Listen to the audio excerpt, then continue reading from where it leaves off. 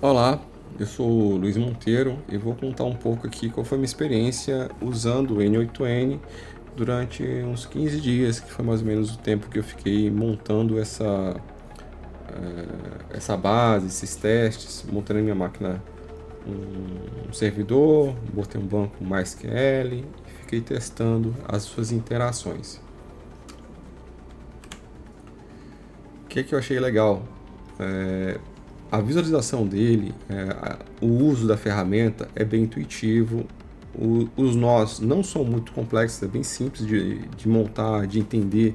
Tem toda a informação prévia dos nós anteriores fica disponível para você selecionar, arrastar e montar o teu nó atual, configurar ele. Você pode executar e você vê o resultado do que você executou em JSON, em tabela, em metadados. Então é bem simples você trabalhar com ele. É bem fácil.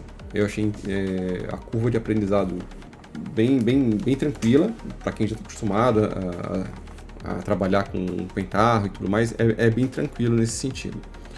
Não tem uma execução, não pede que cada vez que você vai executar, seja, eu tenho que executar tudo. É bem fácil você executar passo a passo do processo. Gostei bastante a questão de conexão. Ele se conecta praticamente qualquer coisa que tenha uma API, ele se conecta ao sistema de arquivos, ele se conecta aos chats, o Teams, Slack, Telegram, WhatsApp, cria formulários virtuais que você vai lá, entra no endereço, preenche o formulário, isso starta um processo. Ele cria uma janela de chat, olha, eu vou começar a preencher o dado do chat, esse chat no endereço inicia o processo também. Então ele tem muitas formas de entrada e muitos nós de comunicação com esses dados. Então ele é bem versátil mesmo, como posso dizer assim, bem ampla a utilização. Normalmente eu vi estudos de uso e tudo mais, ele muito sendo como um serviço 24 horas que fica ouvindo canais, o que acontece nos canais. Ou seja, olha, eu vou 24 horas periodicamente, vou analisar os e-mails que chegam, ou vou ficar analisando, ouvindo o teu WhatsApp, até que fale alguma palavra-chave, aí eu ativo assim, o meu feedback, começa o processo de conversa, fica aguardando um comando 24 horas via API, um webhooks, e você vai lá e manda o comando de get nele. Então, assim, você consegue ter várias formas de uso da ferramenta. É bem interessante. Você tem várias formas de você se comunicar e iniciar os processos, os fluxos de trabalho. O que eu não gostei muito é a limitação do fluxo de trabalho. Mas no final do vídeo vou colocar um outro videozinho que eu fiz sobre uma experiência simples de carga de dados, carregando um cadastro de produto, carregando um cadastro de clientes. E carregando o cadastro de clientes eu já senti uma deterioração, ele já me retornou problemas com 200 mil linhas. No faturamento ele não conseguiu nem fazer o processo de ETL, olha, eu só vou ler o faturamento e carregar dentro do banco, ele não deu conta. Simplesmente não deu conta de fazer, ler todo o faturamento e colocar lá de volta, e eu acabei usando o PDI nesse processo. Então, é uma característica dele, ele não processa da mesma forma que um Pentaho processa. Um Pentaho ele processa linha a linha, cada linha inicia e termina o processo independentemente, e isso agiliza muito, porque enquanto eu estou lendo o arquivo, estou no meio da leitura do arquivo de dados, eu já tenho linhas sendo gravadas no banco no final do processo. Ele trabalha de forma em bloco, ele lê tudo, processa todos os campos, grava tudo no banco. Ele faz tudo isso em bloco. Enquanto maior for esse bloco, pior o desempenho, até que ele não consegue mais tratar. que eu achei que seria interessante a usabilidade dele?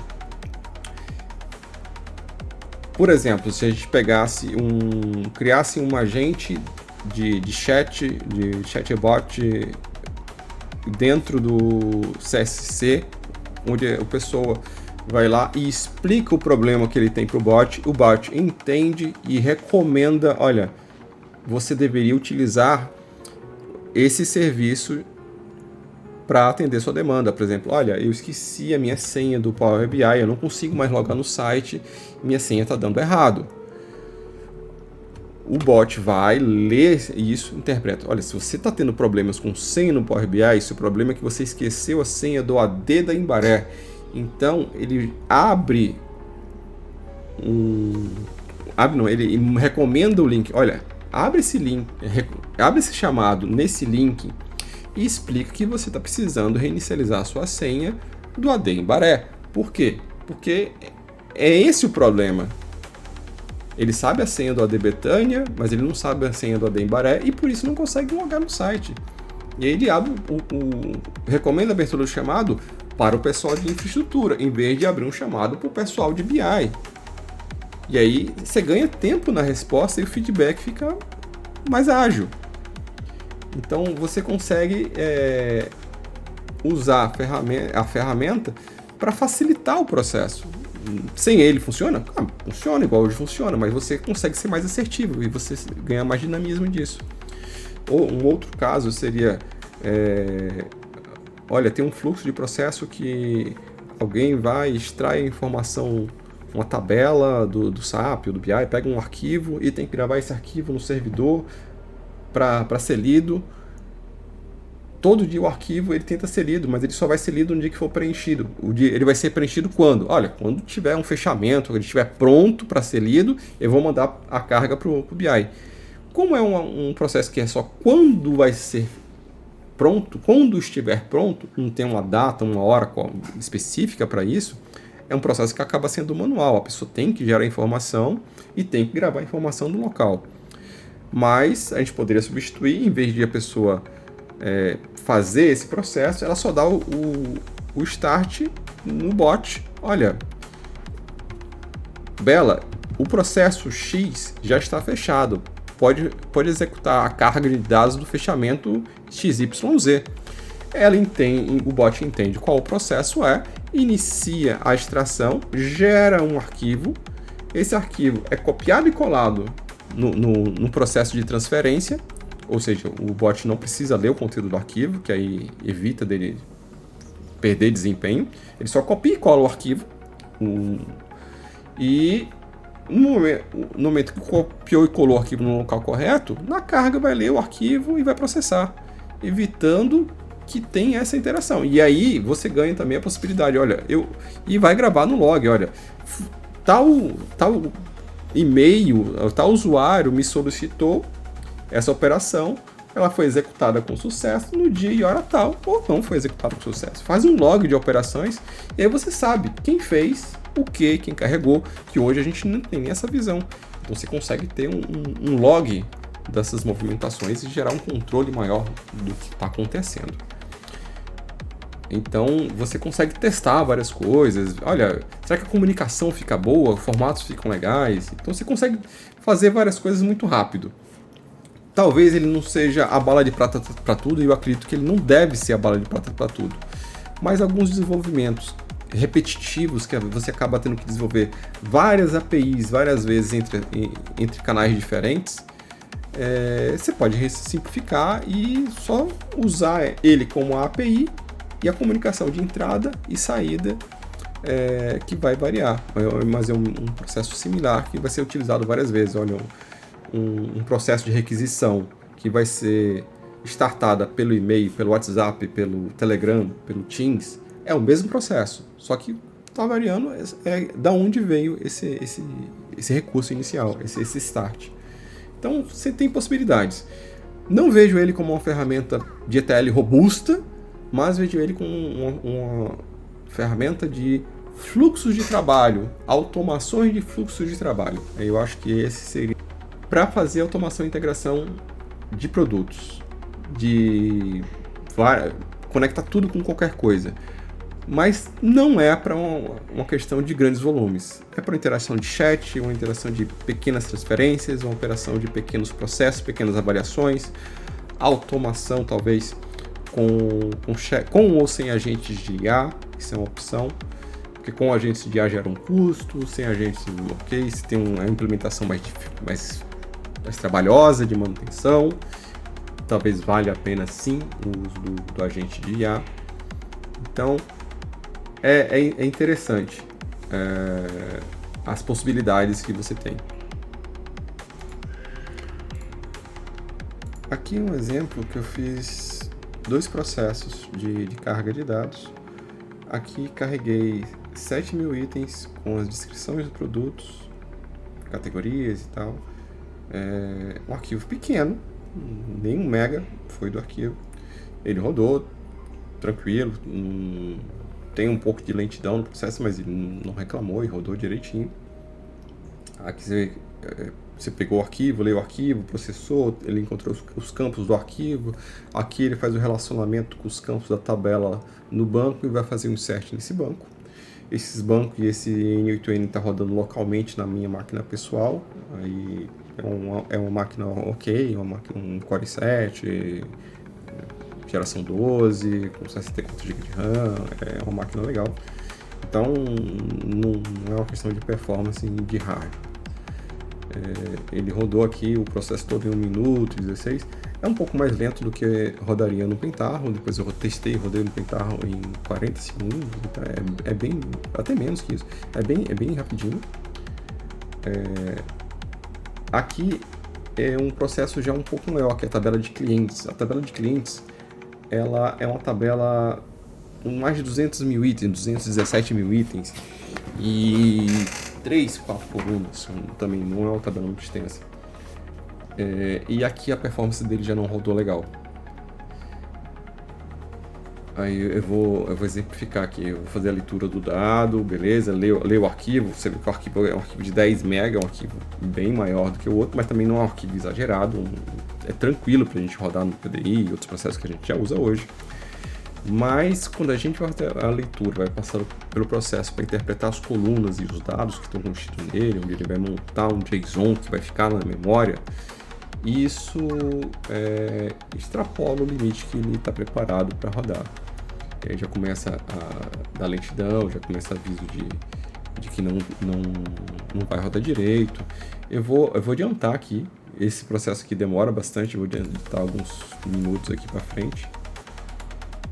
Olha, terminou de rodar aqui, ou seja, adiantei 2 minutos para ele ler essas 2.700 linhas, 2.717.000 linhas.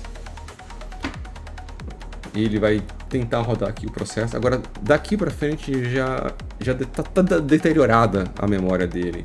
Ele já interpretou que houve um estouro de memória e o processo vai ficar lento e não vai concluir, ou vai demorar muito e ele vai acabar travando no meio do processo e não vai terminar de executar toda a carga. E isso é um processo simples, é só uma questão que durante o processo ele passa em passos onde ele lê todos os dados e guarda tudo. Diferente de como o Pentaho faz, onde ele processa cada linha individualmente, cada linha inicia e finaliza o processo individualmente.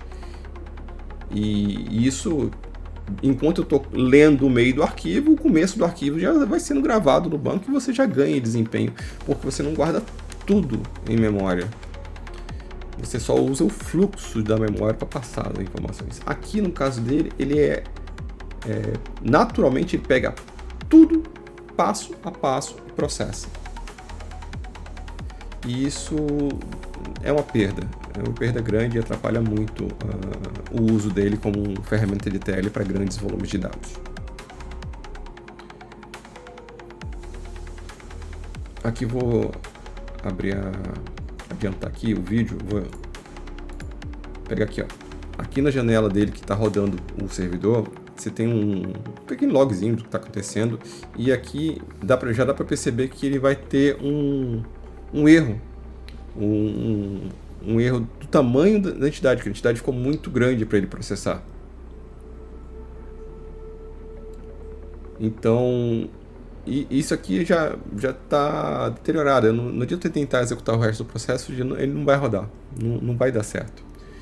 Então, é uma limitação chata sobre isso, que acaba limitando o que eu consigo utilizar ele. Ele é muito bom, muito versátil, mas para esse tipo de processo, esse tipo de ETL, não fica legal. Eu até testei ele como servidor de API para você fazer. Funciona. Só que funciona daquele jeito. A questão de paginação e toda iteração sobre a informação que ele vai buscar tem que ser feita por quem faz a requisição. Ou seja, você vai lá ter uma request que pergunta quantas páginas tem um faturamento no período X. Aí o faturamento no período X tem quantas páginas? Quantos registros tem? Tem 600 mil registros. Aí beleza, aí você faz um auto request que me diz quantos registros eu quero por retorno e vou fazendo, que estou fazendo a request, vou solicitando e vou fazendo a paginação. Eu quero a página 1 com X mil registros, a página 2 e vou pedindo cada página por registro para ele. E nesse teste, a página que eu consegui executar de forma satisfatória foi até 10 mil registros, que eu acho pouco. Ou seja, você consegue automatizar uma requisição com retorno? Consegue, mas tem que ser alguma coisa... É uma coisa não performática. Vai atender? Vai atender, mas não é uma coisa que seria feita em... Como posso dizer... em grandes volumes diariamente para várias atividades. Não seria esse o melhor objetivo. Você consegue criar endpoint de API para atender a requisição de usuários? Sim, consegue. Há limitações. 10 mil linhas por vez e, sei lá, 10, 15 segundos para retorno dessas 10 mil linhas. E você vai demorar um X tempo para buscar todas as linhas de determinado período. Vai funcionar. Não é um desempenho excelente. Simplesmente isso.